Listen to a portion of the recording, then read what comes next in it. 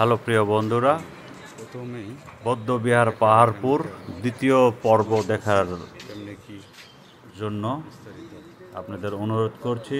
এখন একটু বিস্তারিত দেখাই, দেখতে থাকুন। এই হলো প্রথম গেট দিয়ে ঢুকলাম। এখন দেখুন ঢোকার পরে দেখুন পরিবেশটা, দেখুন অসাধারণ একটি পরিবেশ। হাঁটার ব্যবস্থা খুবই সুন্দর। ফুলের বাগানগুলো, গাছের ধরনগুলো, হ্যাঁ, খুব সুন্দর সাজানো গোছানো আর কি। প্রতিটা গাছ এখানে পরিষ্কার পরিচ্ছন্ন, খুব সুন্দর একটি জায়গা। 200 বিঘা জমির উপরে এটা হলো বৌদ্ধবিহার পাহাড়পুর, নওগাঁ জেলায় অবস্থিত। শেষ করা যাবে না। এটা বৌদ্ধদের একটা বিহার ছিল, শত বছর আগের ঘটনা, শত বছর আগের ঘটনা আর কি। দেখাই চেষ্টা করি। অনেক আগে এটা মানুষ শূন্য হয়ে, পরিত্যক্ত হয়ে ধ্বংস হয়ে যায়। ধ্বংস হয়ে গিয়ে এখানে কিছু দিক নির্দেশনা মাটি কাদার জমাট থেকে এটা একটা পাহাড়ে পরিণত হয়।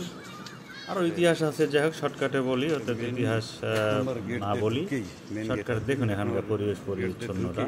এখানে রেস্ট হাউস, গেস্ট হাউস সবই আছে। আপনারা দূর দূরান্ত থেকে আসবেন, পর্যটক যারা আছেন, ঢাকা, চট্টগ্রাম, বিভিন্ন দেশের বিভিন্ন জায়গা থেকে আসবেন, এখানে রেস্ট হাউসের ব্যাপার আছে। এগুলো আপনার ভাড়া নিয়ে রাত কাটাতে পারবেন, আবার দেখে শুনে চলে যেতে পারবেন।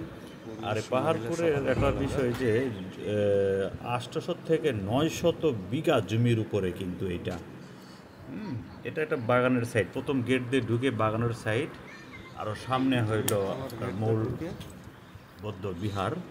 তো যাই হোক, এই সাইডটা তো প্রথম পর্বে দেখাইছি, দ্বিতীয় পর্বতে আমি অন্যান্য সাইড দেখাই, এরপরে জাদুঘর আছে ওই সাইড দেখাবো।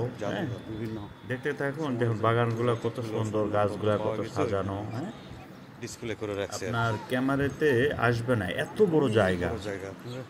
এগুলো হলো কফি হাউস, ওগুলো পর্যটকদের বসার জায়গা। বিহারের সীমানার মধ্যে গেস্ট হাউস আছে, গেস্ট হাউস আর অনেক বড় এলাকা আর কি।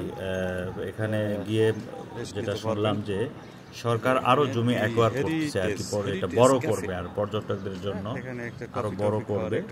দেশ বিদেশ থেকে মানুষ আসবে, দেখবে, হয়তো রাত যাপন করবে, এই জন্য আর কি। যাই হোক, 8-9 শত বিঘা জমি অলরেডি এটার ধারণ ক্ষমতা বা হয়েছে।